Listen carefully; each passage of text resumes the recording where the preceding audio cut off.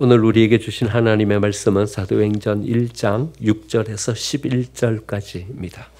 하나님의 말씀입니다. 그들이 모였을 때에 예수께 여쭈어 이르되 주께서 이스라엘 나라를 회복하심이 이때니까 하니 이르시되 때와 시기는 아버지께서 자기 권한에 두셨으니 너희가 알 바 아니요 오직 성령이 너희에게 임하시면 너희가 권능을 받고 예루살렘과 온 유대와 사마리아와 땅끝까지 이르러 내 증인이 되리라 하시니라. 이 말씀을 마치시고 그들이 보는데 올려져 가시니 구름이 그를 가리어 보이지 않게 하더라.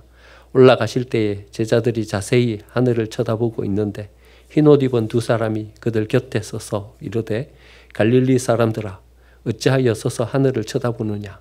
너희 가운데서 하늘로 올려지신 이 예수는 하늘로 가심을 본 그대로 오시리라 하였느니라. 아멘. 옆에 계신 분들과 함께 인사 나누겠습니다. 은혜의 자리에 잘 오셨습니다. 네, 하나님께서 은혜 주시고 또 예배하는 가운데 우리를 만나 주시기를 간절히 기원드립니다. 여러분 신앙생활 하면서 우리에게 가지는 가장 큰 깨달음이 뭘까요? 신앙생활 하면서 우리의 마음 가운데 주어지는 가장 큰 깨달음은 하나님이 어떤 분인지를 알아가는 것일 것입니다. 하나님이 이런 분이구나. 이렇게 우리를 사랑하시는구나. 이런 계획을 가지고 우리의 삶을 이끌어 주시는구나. 하나님을 깨달아 하는 것입니다. 두 번째 깨달음은 우리의 삶이 그 하나님 안에 있다는 것을 알게 되는 것. 그것이 두 번째 깨달음입니다. 여러분 우리가 하나님 안에서 하나님이 주신 은혜의 역사 가운데 우리의 삶을 세워간다면 그것이 얼마나 큰 은혜이고 얼마나 큰 복이겠습니까? 그것은 성경이 우리에게 보여주시는 그 역사를 보면서 우리는 알게 됩니다. 하나님께서 우리의 삶을 주도하기 시작하면 우리의 삶 가운데는 우리가 짐작할 수도 없는 놀라운 일들이 일어납니다. 여러분 노예로 팔려간 요셉. 여러분 요셉이 노예로 팔려갈 때 그의 삶은 가장 비참한 삶이었을 것입니다. 이보다 더 비참할 수 없습니다. 해외로 어린 나이에 팔려가서 노예가 되니 그 삶을 어찌 보장할 수 있겠습니까? 비참한 가운데 터덕터덕 애국으로 내려가는 발걸음이었을 것입니다. 여러분 억울한 누명을 쓰고 옥에 갇히게 됐을 때 그보다 억울한 일이 어디 있겠습니까? 자기는 하나님 앞에 바로 서려고 했습니다. 그런데 누명을 쓰고 왕의 제수들이 갇히는 옥에 갇히게 되었습니다. 여러분 이런 요셉을 바라보면서 우리가 어떤 기대를 할 수 있겠습니까? 이제 요셉의 인생은 끝났다. 사랑받는 아버지의 아들에서 이제는 외국으로 노예로 팔렸으니 이 요셉의 삶을 통해서 우리가 뭘 기대할 수 있겠냐. 그나마 주인의 총애를 받고 섰는데 이제는 아예 왕의 제수들이 갇히는 감옥에 갇혀버렸으니 노예가 감옥에 갇히니 그 요셉을 통해서 기대할 수 있는 게 뭐겠습니까? 아무런 기대를 할 수 없는 그런 삶으로 전락해 버립니다. 그런데 요셉의 삶은 여기에 멈추지 않고요. 하나님이 그의 삶에 임하셔서 그 삶을 주도하기 시작하니까 그의 삶 가운데 놀라운 일이 벌어집니다. 술 맡은 관원장을 그 옥에서 만나게 되고요. 거기서 왕의 꿈을 해석하여서 그가 총리가 됩니다. 여러분 노예로 전락해버린 이 요셉의 삶이 이렇게 360도 전환되어서 새롭게 바뀌게 될지 누가 상상이나 했겠습니까? 뿐만 아니라 이 요셉의 삶은 어떤 깃털이 되냐 하면 하나님께서 아브라함에게 약속해 주셨다. 아브라함아 지금 너는 한 사람이지만 장차 너 한 사람을 통해서 한 민족이 일어설 것이다. 이 일을 요셉이 그 애굽 땅에서 이루게 되는 것이죠. 여러분 하나님이 우리의 삶을 주도하기 시작하면 우리의 삶 가운데 이런 일이 일어나게 되는 줄 믿습니다. 이스라엘은요 바벨론으로 포로로 잡혀갔어요. 여러분 바벨론은 우리가 생각하는 것보다 훨씬 더 잔인하고 악랄한 사람들입니다. 성전을 무너뜨리고 예루살렘을 불태워 버린 사람들입니다. 거기에 있는 유수한 사람들을 다 포로로 잡아갑니다. 그런데 거기에서 생각지도 못할 어떤 일들이 벌어지게 되는 거죠. 예루살렘은 무너졌고 나라는 망했으니 이제 그들에게 어떤 희망이 있겠습니까? 아무런 희망도 가질 수 없는 그 이스라엘 백성들에게 하나님께서 예루살렘을 다시 재건하게 하십니다. 성전을 다시 세울 수 있게 하십니다. 모든 말씀은 다 불타버렸는데 말씀을 다시 기록할 수 있게 만들어 주십니다. 오히려 바벨론으로 잡혀간 그 포로기에서 신앙을 세우고 다시 고토로 돌아가서 그들의 나라를 다시 재건할 수 있게 해 주십니다. 여러분, 우리 가운데도 이런 절망 가운데서 한 주를 살다가 오신 분들이 있으실 겁니다. 요셉처럼 희망 없이 절망 가운데 우리의 삶이 내동댕이쳐지는 것과 같은, 이스라엘 백성들이 바벨론에게 나라가 망하고 성전이 불타버린 절망 가운데 포로로 잡혀가서 거기에 처해지게 되는 것과 같은 절망을 경험하고 오신 분들이 계실 것입니다. 하지만 우리의 믿음은 여기에 있습니다. 비록 세상이 우리에게 주는 것은 절망일지라도 하나님이 우리에게 오셔서 하나님이 우리의 삶을 주도하시고 이끌어 주시면 우리의 삶은 이 이스라엘 백성들의 삶처럼 새롭게 세워질 수 있다는 희망을 가지게 되는 것이죠. 하나님께서 그 힘과 그 권능으로 우리에게 찾아오셔서 우리의 삶을 이렇게 복되게 세워주실 줄 믿습니다. 신약에 오면요, 이런 일들이 벌어져요. 바벨론으로 포로로 잡혀갔는데 성전이 없잖아요. 거기서 이스라엘 백성들은 회당을 세웁니다. 시나고그죠. 그 회당을 세우고 그 회당에서 이제 말씀을 다시 기록하기 시작합니다. 그 말씀을 기록하면서 말씀을 공부하다 보니까 그 말씀이 한 방향을 향해서 이렇게 가리키고 있는 방향이 있었어요. 그 방향을 바라봤더니 거기에 누가 있냐 하면요, 그리스도가 있는 거예요. 모든 구약 성경은 뭘 얘기하고 있냐 하면요, 이 이야기를 하고 있는 거예요. 그리스도가 이 세상에 오실 것이다. 메시아가 이 세상에 오실 것이다. 그 이야기를 하고 있는 거예요. 그들은 메시아를 기대하는 메시아 대망 사상의 마음을 가지게 됩니다. 하나님께서 우리를 구원하실 메시아를 보내주실 것이다.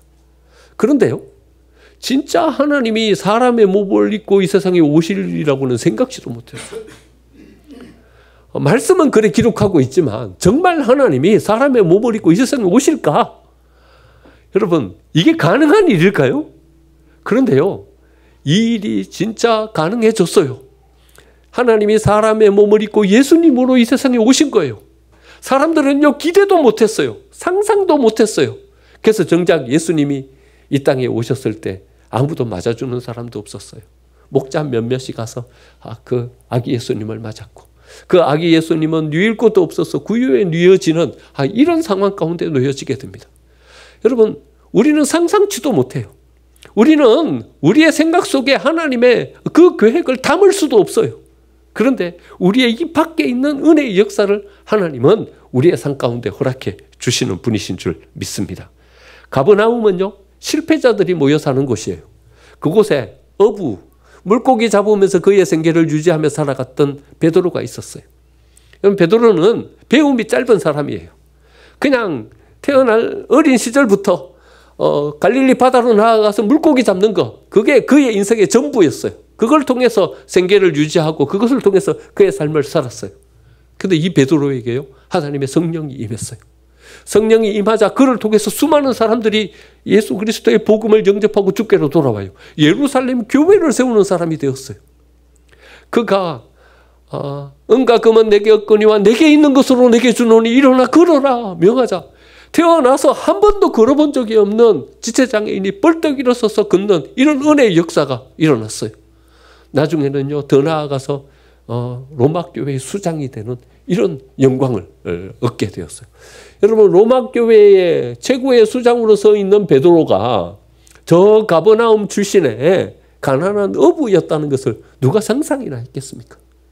그런데 하나님께서 베드로에게 임하셔서 그의 삶을 주도하시고 그의 삶을 세워가기 시작하자 베드로의 삶이 이렇게 세워지기 시작했던 거죠. 여러분, 예수님이 사역하시던 것은 갈릴리 지역이었어요. 예수님은 공생에 3년 동안 갈릴리를 벗어나 보신 적이 몇 번 없어요. 예루살렘에 3번 올라가신 것, 그게 성경에 기록된 전부예요. 그런데요, 그 몇몇 마을에서 예수님과 함께 했던 그 이야기들이, 예수님께서 거기에서 세워갔던 그 역사들이, 예수님을 추종하고 따랐던 그 믿음이요, 점점 크게 되어서 이제는 세계 모든 민족이 믿는 기독교라는 이 은혜의 역사를 이루게 되었어요. 여러분, 갈릴리 그 작은 몇몇 마을에서 이루어지던 예수님의 이 역사가 세계 모든 민족이 따르고 믿는 기독교라는 종교가 될지 누가 상상이나 했겠습니까? 그런데요, 하나님은요, 이 일을 이렇게 만들어 주십니다. 하나님이 거기에 임하셔서 그 삶을 주도하시고 이끌어가기 시작하자 우리의 삶이 이렇게 변화되는 것입니다. 여러분, 하나님을 향하여 어떤 기대를 가지고 계십니까? 여러분들의 삶과 우리 생명생 교회를 향한 여러분들은 어떤 꿈을 꿈꾸고 계십니까? 여러분들의 자녀를 위해서 기도하실 때 여러분들은 어떤 마음을 가지고 여러분들의 자녀를 위해서 기도하십니까? 우리의 믿음은요, 이곳을 지향하는 것입니다.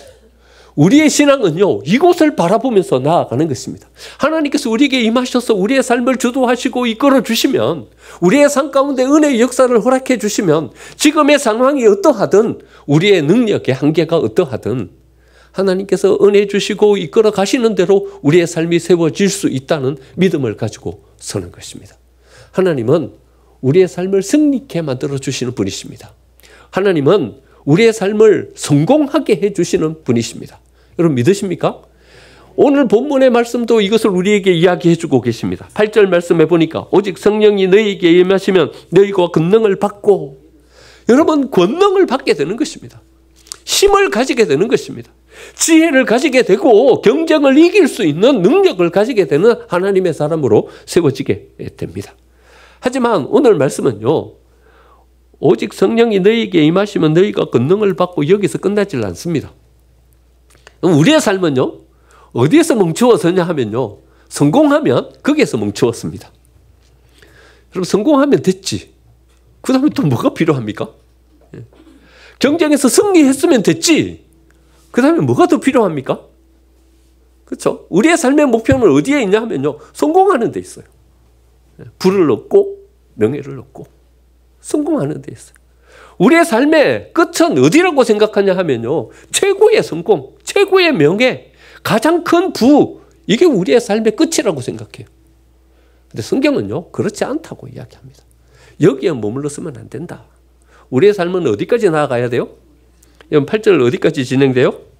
권능을 받고 예루살렘과 온 유대와 사마리아와 땅끝까지 이르러. 공간적으로는요, 우리의 삶의 영향력이 이렇게 영역이 점점 넓어져요. 예루살렘, 온 유대, 사마리아, 땅끝까지. 여기에 멈추어 서지 말고 더 나아가라는 거예요. 더 나아가라는 거예요. 거기에서 어떤 일을 행하는 사람으로 서라는 거예요? 증인이 되라고요. 여러분 우리의 삶은 성공하는 데에 멈추어서는 삶이 아니라 어디까지 나아가야 하냐 하면 사명의 자리까지 나아가야 되는 거예요. 여러분 우리의 삶의 목표는 어디에 있어야 되냐 하면요, 우리의 사명에 있어야 되는 거죠. 느헤미야는요, 포로로 잡혀갔는데 그 포로의 신분에 만족할 수가 없었어요. 노력하고 또 노력했어요. 애쓰고 또 애썼어요. 그래가지고 어디까지 올라갔냐 하면요, 술 맡은 관원장까지 올라갔어요. 여러분 술 맡은 관원이 되었다는 것은요, 왕의 가장 신임을 얻는 사람이 되었다는 거예요. 그 당시에는요, 왕을 독살하는 이 독살이 많았잖아요. 근데 주로 어디에다가 독을 넣냐 하면요, 술에다 독을 넣는 거예요. 그래서 왕을 독살하니까 여러분 가장 믿는 사람에게 술 맡은 관원을 맡기는 거예요. 느헤미야는 성공했죠. 노예 출신이었다가 이제 왕의 가장 신임을 얻는 사람이 되었으니까요. 이제는 부를 가질 수 있게 됐고요, 권세를 가질 수 있게 됐어요. 이제 뭘 더 바랍니까? 노예 출신의 느헤미야가 성공할 수 있는 끝까지 온 거죠. 최고의 자리까지 올라간 거죠. 하지만 느헤미야의 삶의 목표는 여기 있지 않았습니다. 여러분 술이나 따라주고 술이나 준비하는 사람으로 그의 삶을 마무리할 그것이 우리의 인생의 목표가 되면 안 됩니다. 성공은 필요해요. 그래 우리 손에 뭔 재료가 주어지죠. 성공은 우리에게 반드시 있어야 되는 거예요. 그래야 우리에게 뭔 도구가 주어지죠. 우리 손에 아무것도 없는데 뭘 합니까? 성공해서 우리 손에 뭘 쥐어야 그걸 가지고 우리는 일어서서 어떤 자리로 나아갈 수 있는 거죠. 그런데 우리가 왜 성공해야 되는가? 이것을 우리가 잊어버리고 있다는 거예요. 느헤미야는 성공했어요. 이제 그 자리에서 더 나아가서 그에게 주어진 하나님이 주신 사명의 자리를 향해서 나아가고 있는 것입니다. 여러분 우리가 하나님 앞에 어떤 사명을 가지게 될 때요, 우리 가슴이 쿵닥쿵닥 뛰는 거예요. 하나님께서 우리를 부르신 그 목적을 우리가 발견하게 되면요, 여러분 우리는 가만히 앉아 있을 수가 없게 되는 거예요. 여러분 우리의 가슴이 쿵닥쿵닥 뛰고 우리의 눈에서 뜨거운 눈물이 흐르기 시작하는 거예요. 여러분 그 감동과 그 감격을 주체할 수가 없는 거예요. 마침내 하나님께서 우리를 통해서 이루실 하나님의 은혜의 역사를 찾았던 것이죠. 마침내 우리의 인생을 어디에 쏟아 부어야 할 것인지 그 목표를 찾게 된 것이죠. 여러분 우리의 삶의 자리는 어디입니까? 성공의 자리, 그게 우리의 인생의 목표입니까? 아니면 사명의 자리, 그것을 바라보면서 나아가고 계십니까? 사명의 자리, 거기에 나아갔을 때 비로소 우리는 가장 가치 있는 삶으로 우리의 삶을 세워갈 수 있게 될 것입니다. 교회의 정체성을 세우는 이 일은요, 제가 우리 생명생 교회를 시작하고 난 이후에 제 일생일대의 과제였습니다. 하나님, 기존에 세워져 있던 교회로 가면 그냥 몇십 년 동안 몇백 년 동안 그 교회가 가지고 온 전통과 색깔 거기에 맞춰서 제 목회 잘 하면 될 텐데 이제 교회를 새로 시작하게 되니 하나님 이 교회는 어떤 방향을 향해서 어디로 나아가야 합니까? 제 마음 가운데 주어진 제 숙제였습니다. 여러분 사람들은 이래 생각해요. 교회 공동체를요 사람들이 많이 모이기만 하면 되는 공동체라고 생각해요. 여러분 교회 공동체는요 사람들이 많이 모이기만 하면 되는 그런 공동체는 아닙니다. 밖에 다른 공동체야 사람들이 많으면 그만이죠. 사람들이 많이 모이면 그게 최고죠. 사람들이 많이 모이면 재정도 문제가 없을 것이고 일을 하는데도 문제가 없게 되기 때문에요. 그런데 교회는 사람들이 많이 모이면 되는 그런 공동체는 아닙니다. 즐겁기만 하면 되는 공동체입니까? 행복하면 되는 공동체입니까? 여러분 행복하기만 하면 되는 공동체는요 사람들을 모으기도 쉽고 운영해 가기도 쉬워요. 왜냐하면 즐겁게 해주기만 하면 돼요. 행복하게 해주기만 하면 돼요. 그걸 마다할 사람은 아무도 없어요. 좋은 식사 대접해주고요. 즐겁고 행복할 일들을 만들어주고요. 거기에서 으쌰으쌰 하면서 가면요 얼마든지 행복하고 즐겁게 만들어갈 수 있어요. 하지만 교회가 여러분 행복하고 즐겁기만 하면 되는 공동체입니까? 우리의 고민이 여기 있는 거죠. 사람들도 많이 모여야 되는데 모이기만 하는 공동체가 되면 안 되는 거예요.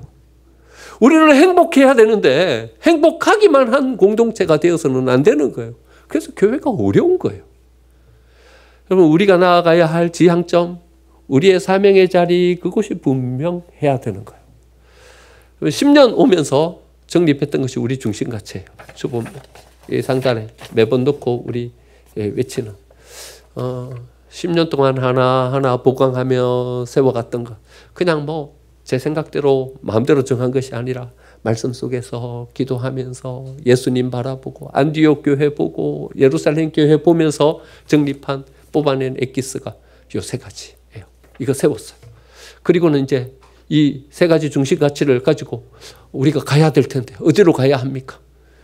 뭐 18년, 19년 또 요 정도 때부터 저한테 생기게 된 고민이었어요.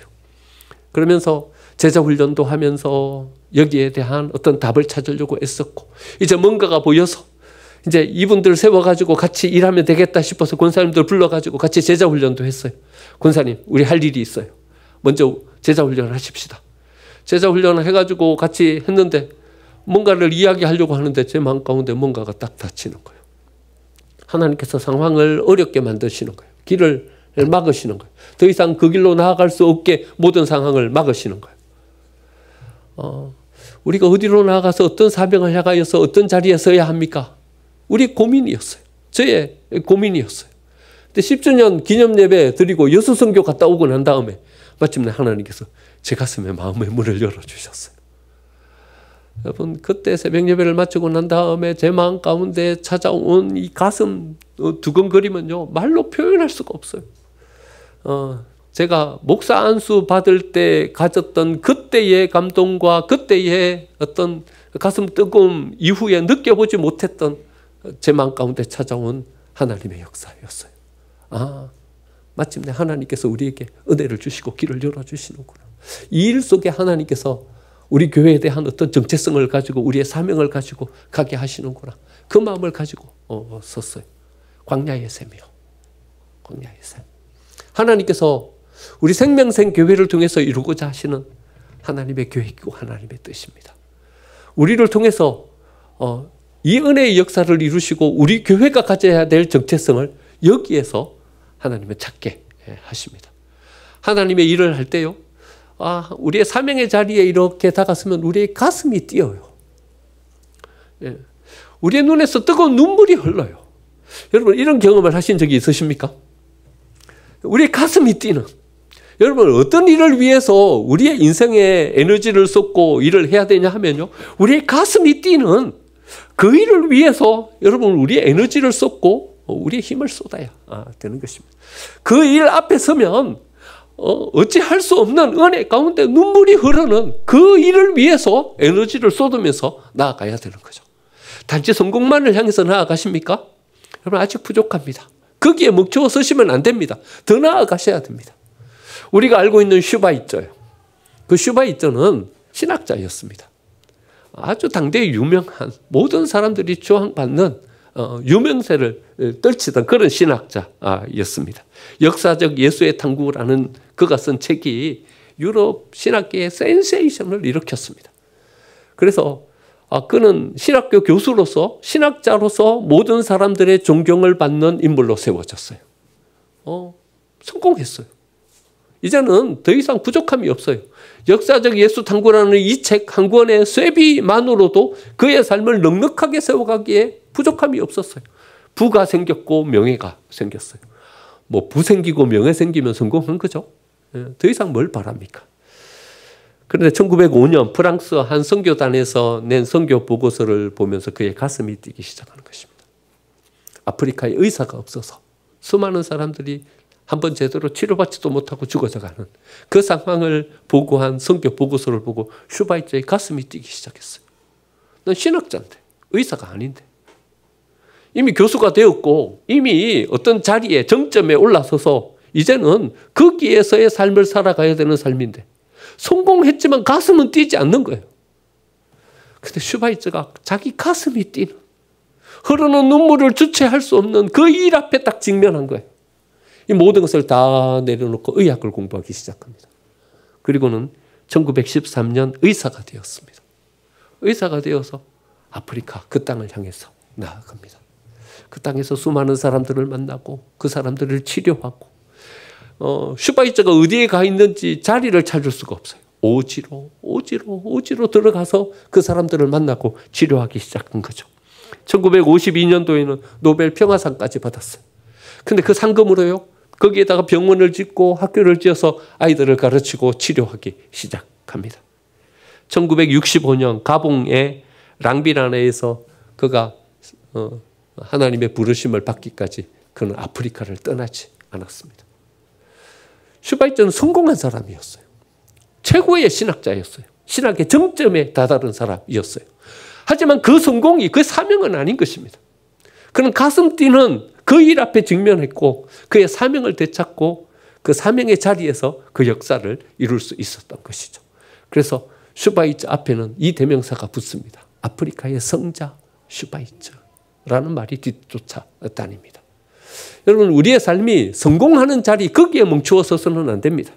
하나님께서 우리에게 허락해 주신 사명, 그 사명을 찾을 수 있는 자리까지 나아가야 합니다. 사명을 가지면요, 우리는 그것을 책임지는 사람으로 서게 됩니다. 하나님이 우리를 부르시고 우리를 세우셨다면 우리는 그것이 내 사명이다 생각하면서 가는 거죠. 근데 그 사명은 곧 다른 말로 바꾸어 말하면 뭐가 되냐 하면요, 내 책임이 되는 것입니다. 슈바이처에게 아프리카 사람들은 슈바이처의 책임이었던 거예요. 이 사람들은 내 책임이다. 이 마음을 가지고 그들을 치료하면서 섰던 거죠. 느헤미야는요, 예루살렘 성벽이 무너진 것이 자기 책임이라고 이렇게 이야기합니다. 1장 6절에 보면요, 나와 내 아버지 집이 범죄하여 주를 향하여 크게 악을 행하여 주께서 주의 종 모세에게 명령하신 계명과 율례와 규례를 지키지 아니하였나이다. 그러니까 예루살렘 성이 무너진 것이요, 내 책임입니다. 이렇게 이야기하면서 나오는 거예요. 여러분, 이게 사명인 거예요. 그게 자기 책임으로 느껴지면, 이것은 내가 감당해야 될 일이다 생각되면 그게 우리의 사명이 되는 것이고요. 하나님은 그 책임을 가지고 그 사명감을 가지고 나아가는 그 사람을 통해서 하나님의 은혜의 역사를 이루시는 거죠. 여러분, 책임은요, 영어로 responsibility예요. 제가 한번 이 말씀을 드린 적이 있어요. responsibility는 response, 반응하다, 응답이라는 말과요, ability, 능력이라는 말이 두 개 합쳐진 말이에요. 하나님이 우리를 부르시는 거예요. 아부게야, 우리를 부르시는 거예요. 어떤 상황 속에서 우리를 부르시는 거예요. 이 상황 속에서 누가 여기로 나와서 이 상황을 개선시킬 거냐, 우리를 부르시는 거예요. 생명샘 교회를 이렇게 새롭게 세우시고 누가 나와서 이 교회를 함께 세워갈 거냐, 우리를 부르시는 거예요. 우리는요, 다 그 부르심에 응답하여서 거기에 나아간 사람들인 거예요. 우리를 가정으로 부르셔서 그 가정의 일원이 되어서 거기 선 것이고요.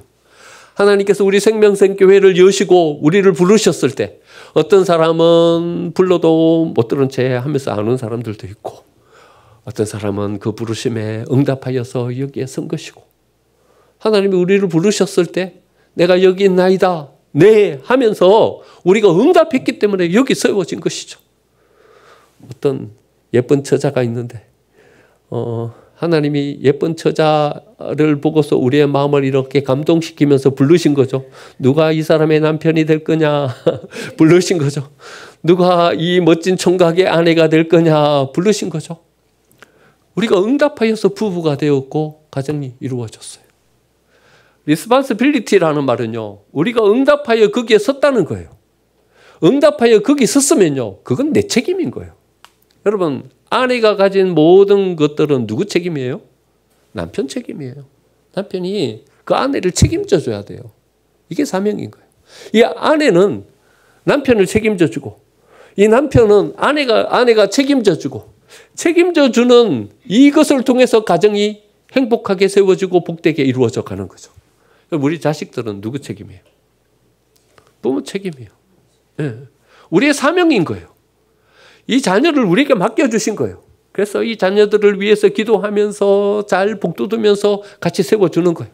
우리에게 맡겨주신 책임이기 때문에. 우리 부모님은 누구 책임이에요? 우리 자녀들 책임인 거예요. 때로는 고달프고 힘들어요. 하지만 그 부모님을 마지막 가시는 그날까지 잘 뒷바라지 해드리면서 세워드리는 것은 또 자녀가 가지고 있는 책임인 거예요. 그것이 우리의 사명인 거예요. 책임과 사명은요, 같은 거예요. 우리가 사명을 가지고 거기에 서면 그것이 우리의 책임이 되는 거죠. 우리 생명샘 교회, 하나님께서 우리에게 사명을 허락해 주시고 우리를 불러주셨어요. 그래서 우리는 네 대답하면서 여기에 나와서 그 사명을 이루려고 하는 거죠. 토마스 칼라일은 영웅의 역사라는 책에서요, 이렇게 이야기해요. 세계를 주도하면서 이끌어갔던 세계의 리더들은 다 성실한 사람이었다. 이렇게 결론을 내려요. 여러분, 토마스 칼라일이 말하는 성실은 어떤 성실입니까? 게으르지 않고 최선을 다해서 일찍 일어나서 일하는 그 성실입니까? 그 성실은요, 성실이 아니라 겉면에 가까워요. 그런데 토마스 칼라일이 영웅의 역사라는 책에서 이야기하는 성실은 이런 성실이에요. 여러분, 시대가 요청하는 부름이 있는 거예요. 그런데 사람들은요, 성실하게 그 부름에 대답을 안 해요. 그냥 다 외면하면서 지나가는 거예요. 아니, 어디에서 고난받고 있고 힘들게 살아가고 있는 사람들이 있다는 얘기가 들려요. 여러분, 들리는 것은 또 다른 말로 말하면 어떤 말이에요? 우리를 부르시는 부름인 거예요. 어디서 고난받고 있고 어디서 힘들게 살아가고 있다는 사람들의 소리가 들려요. 들리는 그 들리면 뭘 말하는 거예요? 우리를 부르시는 부름인 거예요. 그런데 우리는 대부분요, 다 외면해요. 어디서 누가 고난을 받고 어디서 누가 힘든 삶을 살아가고 있다 이야기가 들려도요, 다 그냥 못 들은 채 하는 거죠. 불성실한 거죠. 그래서 토마스 칼라일이 이야기하는 성실은요, 이 세상의 시대를 이끌어가는 영웅들은 그 소리를 외면하지 않는 사람이라는 거예요. 그 소리를 듣고 거기에 서서 어떤 역할을 감당하고 그 사회를 개선시키고 그들의 위로자가 되고 그들의 상처를 보듬어 안고 함께 나아가는 이 사람들이 다 시대를 이끌어가는 영웅이었다는 거예요. 영웅의 역사라는 책 한번 꼭 읽어보세요.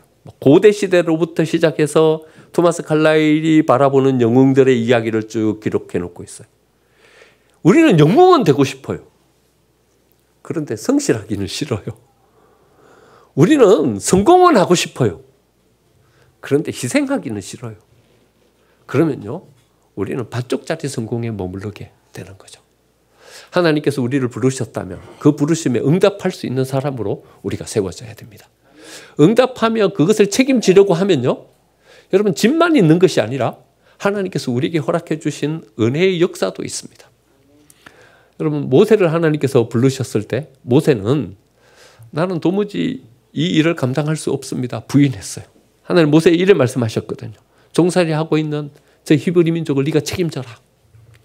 하나님 나는 책임 못 집니다. 40년 동안 양치기 하면서 여기서 살았는데 내가 그것을 어떻게 책임집니까? 거부했어요.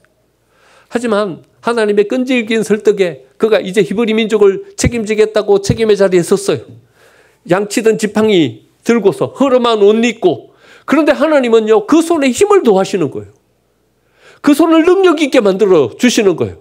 이제는 지팡이를 잡은 그 손으로 10가지 재앙을 내리고 홍해 바다를 갈라낼 수 있는 권능을 그에게 허락해 주시는 거예요. 책임지겠다고 나서면 책임질 수 있는 힘을 우리에게 허락해 주시는 줄 믿습니다. 바울은 15년 동안의 공백기가 있었음에도 불구하고 이방 선교를 자기가 책임지겠다고 나섰어요.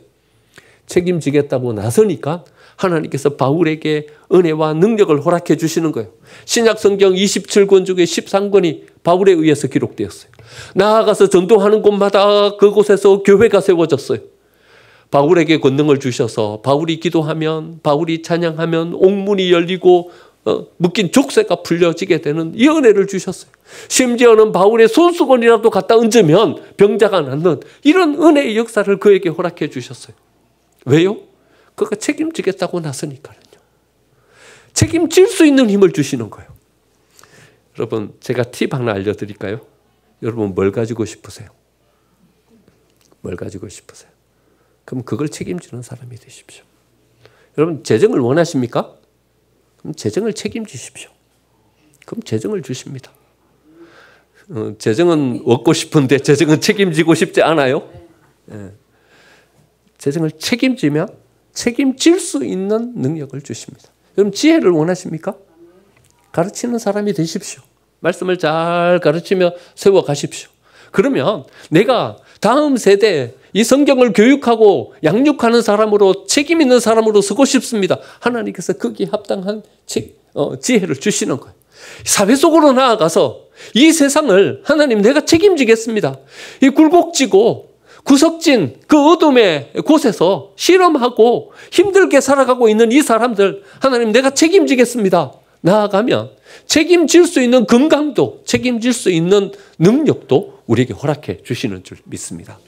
우리의 믿음은 이곳을 향하고 있는 것입니다. 여러분 단지 성공하는 거기에서 멈추어 서지 마십시오.